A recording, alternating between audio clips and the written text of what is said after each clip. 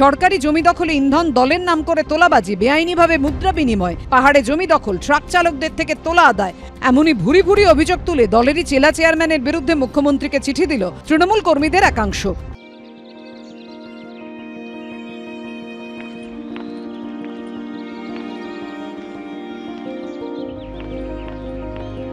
ষড়যন্ত্র বলে দাবি করে পাল্টা দলনেত্রীকে চিঠি দিলেন অভিযুক্ত তৃণমূল নেতাও। জানিয়ে শোরগোল আলিপুরদুয়ারে। কালচিনি ব্লকের জয়গাঁও উন্নয়ন পর্ষদের চেয়ারম্যান গঙ্গাপ্রসাদ শর্মা। তৃণমূল কর্মীদের একাংশের অভিযোগ, সরকারি জমি দখল করে রিসর্ট তৈরিতে ব্যবসায়ীদের সাহায্য করছেন তিনি। তৃণমূলের নাম করে ঠিকাদারদের থেকে টাকা আদায় করছেন। মোটা টাকার বিনিময়ে জয়গাঁওয়ে একাধিক মেলার অনুমতি দেওয়া হয়েছে।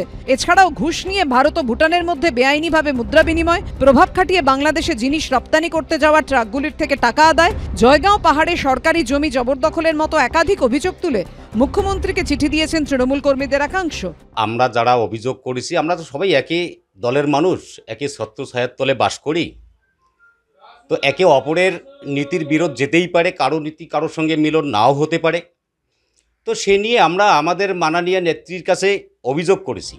বিজেপি থেকে তৃণমূলে যোগ দেওয়া গঙ্গাপ্রসাদ শর্মা দলের জেলা চেয়ারম্যানের পাশাপাশি জয়গাঁও ডেভেলপমেন্ট অথরিটির চেয়ারম্যানও। বদনাম করার ষড়যন্ত্র করা হচ্ছে বলে দাবি করে অভিযোগ উড়িয়ে দিয়েছেন তিনি। তার বিরুদ্ধে ওঠা অভিযোগ খতিয়ে দেখতে তদন্তের আবেদন জানিয়ে পাল্টা দলনেত্রীকে চিঠি পাঠিয়েছেন গঙ্গাপ্রসাদ শর্মা।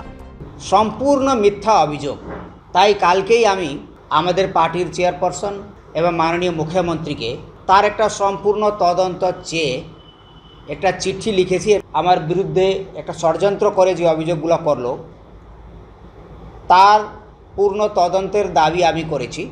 আমি বলেছি যদি সে অভিযোগের মধ্যে 1% আমার কোনো জায়গায় সংলিপ্ততা থাকে তাইলে আমি সার্বজনিক রাজনীতি থেকে সরে যাব।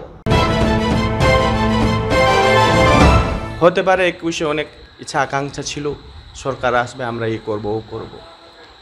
যখন দেখছে ওটা পূর্ণ হলো না, পরে ওরা সবাই টিএমসিতে গিয়েছে। সবাই জানে, এটা আমার বলা নাই, সবাই জানে।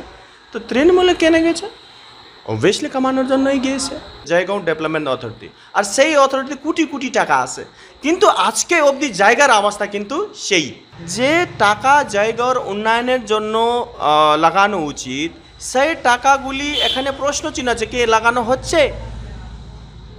এখানে দুর্নীতি মানে পুরোটাই দেখা যাচ্ছে। কিন্তু গঙ্গাপ্রসাদ শর্মা জয়গাঁও উন্নয়ন পর্ষদের দায়িত্ব নেওয়ার পর তৃণমূলের ভোট ব্যাংক কমেছে বলে অভিযোগ তুলেছে তৃণমূল কর্মীদের একাংশ। 21-এর বিধানসভা ভোটে আলিপুরদুয়ারের 5টি বিধানসভা কেন্দ্রেই বিপুল ভোটে জয়ী হয় বিজেপি।